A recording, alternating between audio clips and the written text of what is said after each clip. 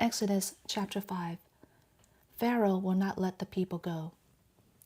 And afterward Moses and Aaron came and said to Pharaoh, Thus says Yahweh, the God of Israel, Let my people go, that they may celebrate a feast to me in the wilderness.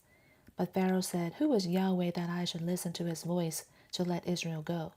I do not know Yahweh, and also I will not let Israel go. Then they said, The God of the Hebrews has met with us. Please let us go a 3 days' journey into the wilderness, that we may sacrifice to Yahweh our God, lest he confront us with pestilence or with the sword. But the king of Egypt said to them, Moses and Aaron, why do you draw the people away from their work? Get back to your hard labors.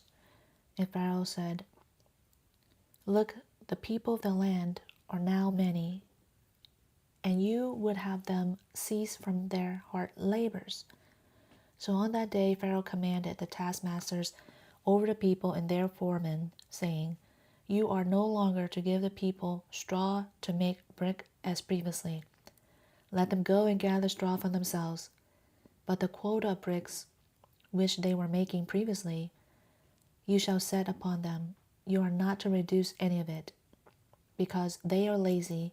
Therefore they are crying out, Let us go and sacrifice to our God. Let their slavery be hard on the men, and let them work at it, so that they will have no regard for false words.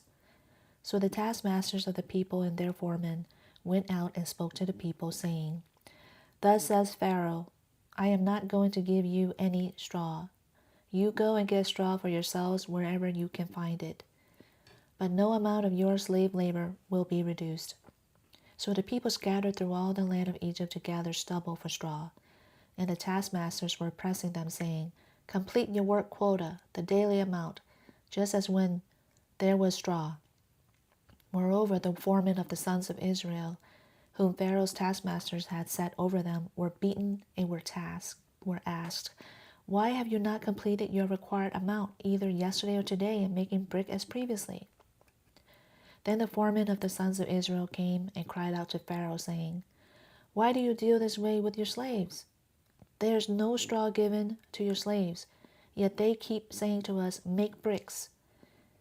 And behold, your slaves are being beaten, but it is the sin of your own people. But he said, You are lazy. Therefore you say, Let us go and sacrifice to Yahweh. So now go and labor, but straw will not be given to you, yet you must deliver the quota of bricks. Then the foremen of the sons of Israel saw that they were in trouble, because they were told, You must not reduce your daily amount of bricks. Then they left Pharaoh's presence. They confronted Moses and Aaron, standing there to meet them, and they said to them, May Yahweh look upon you and judge, for you have made us a foul smell in Pharaoh's sight, and in the sight of his servants, to put a sword in their hand to kill us.